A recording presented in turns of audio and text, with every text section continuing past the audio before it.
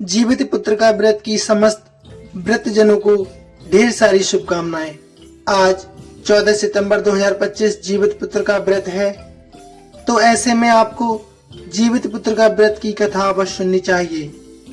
कहा जाता है व्रत में कथा सुनने मात्र से व्रत का संपूर्णता फल प्राप्त हो जाता है। तो आइए आज हम सुनते हैं जीवित पुत्र का व्रत में चील और श्यार की अनोखी कथा। तो कथा इस प्रकार है। एक वन में एक सेमर के पेड़ पर एक चील रहा करती थी। पास की झाड़ी में एक श्यार भी रहा करती थी। दोनों आपस में बहुत अच्छी दोस्त थीं। चील श्यारन से बहुत प्यार किया करती थी। वह जो कुछ भी खाने को लेकर आती थी उसमें से श्यारन के लिए जरूर देती थी। इस तरह दोनों हंसी खुशी दिन बिता रही थीं।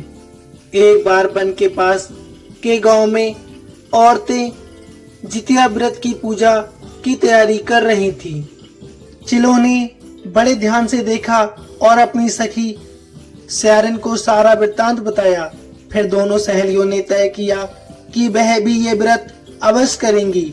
श्यारन और चिलों ने जीवित पुत्र का व्रत का पालन किया।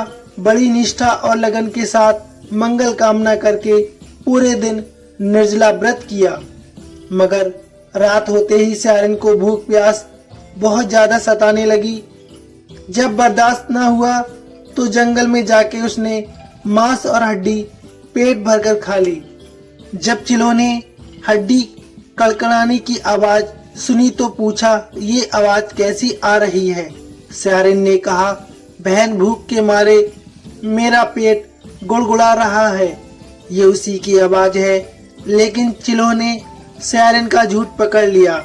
उसने श्यारन को खूब लताड़ा कि जब व्रत नहीं हो सकता तो संकल्प ही क्यों किया।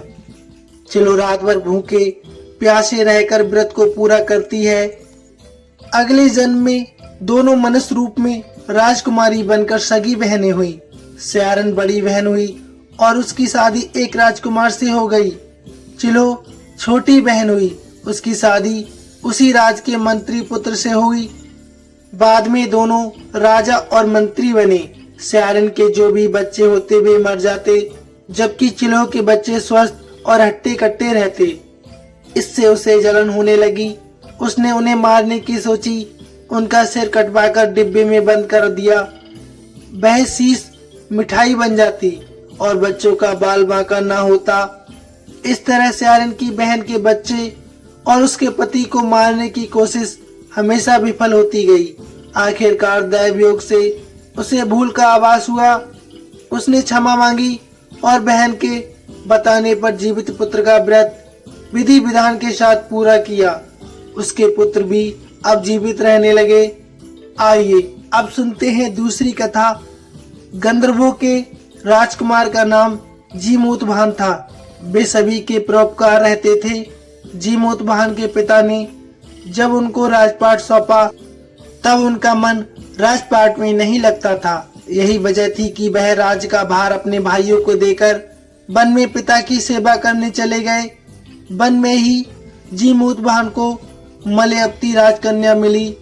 दोनों को एक दूसरे से प्रेम हो गया।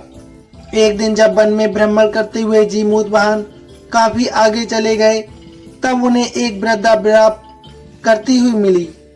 पूछने पर वृद्धा ने रोते हुए बताया, मैं नागवंश की स्त्री हूँ, मुझे एक ही पुत्र है। पक्षी राज गरुड़ के कोप से मुक्ति दिलाने के लिए नागों ने यह व्यवस्था की है। वे गरुड़ को रोजाना भक्षण के लिए एक युवा नाग सौंपते हैं। आज मेरे पुत्र की बारी है। आज मेरे पुत्र का जीवन संकट में है और थोड़ी देर बाद ही मैं पुत्र विहीन हो जाऊंगी।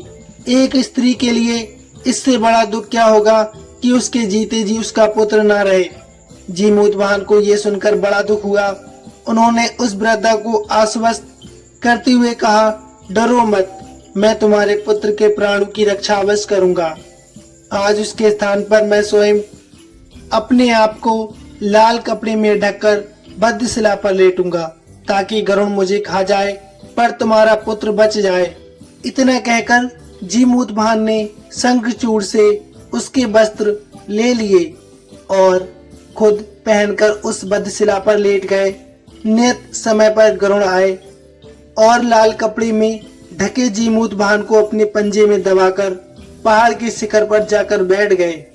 गरुड़ ने अपनी कठोर चोंच से जीमूत वाहन पर प्रहार किया।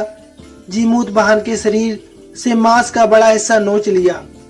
इसकी पीड़ा से जीमूत वाहन की आंखों में आंसू बह निकले और वह दर्द से कराहने लगे।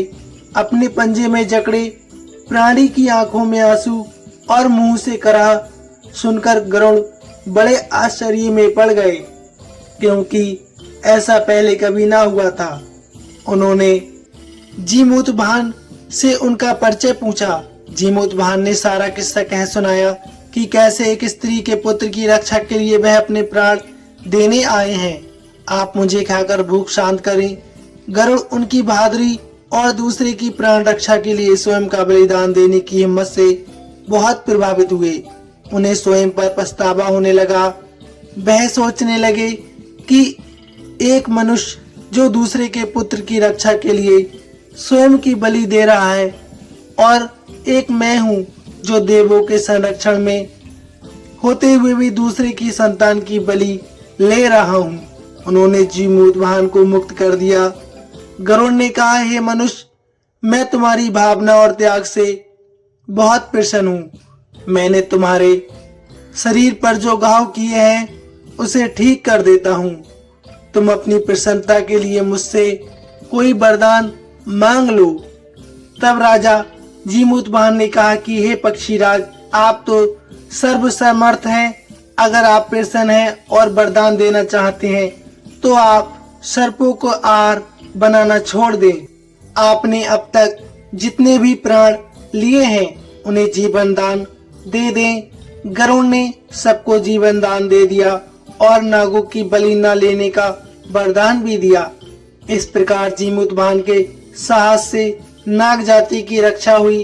गरुड़ ने कहा कि तुम्हारी जैसी इच्छा वैसा ही होगा। हे राजा, जो स्त्री तुम्हारे इस बलिदान की कथा सुनेगी और विधि पूर्वक व्रत का पालन करेगी, उसकी संतान मृत्यु के मुख से भी निकल आएगी। तब से ही पुत्र की रक्षा के लिए हर साल भाद्रपद मास की अष्टमी पर जीमूत वाहन पूजा शुरू हो गई। ये अष्टमी के दिन की जाती है। जीमूत वाहन की पूजा शुरू हुई और ये कथा कैलाश पर्वत पर भगवान शंकर ने माता पार्वती को सुनाई थी। आपको इस दिन भगवान से परिवार की पूजा अर्चना करनी चाहिए। उसके बाद में इस कथा का अनुसरण अवश्य करना चाहिए। कहा जाता है भगवान शिव के परिवार की पूजा अर्चना करने से आपका परिवार भी सकुशल बना रहता है। तो प्रेम से बोलिए ओम नमः शिवाय, जय पार्वती पते नमः। धन्यवाद भक्तों। कथा कैसी लगी प्लीज कमेंट में अवश्य बताइए। साथ ही अवश्य लिखिए ओम नमः शिवाय।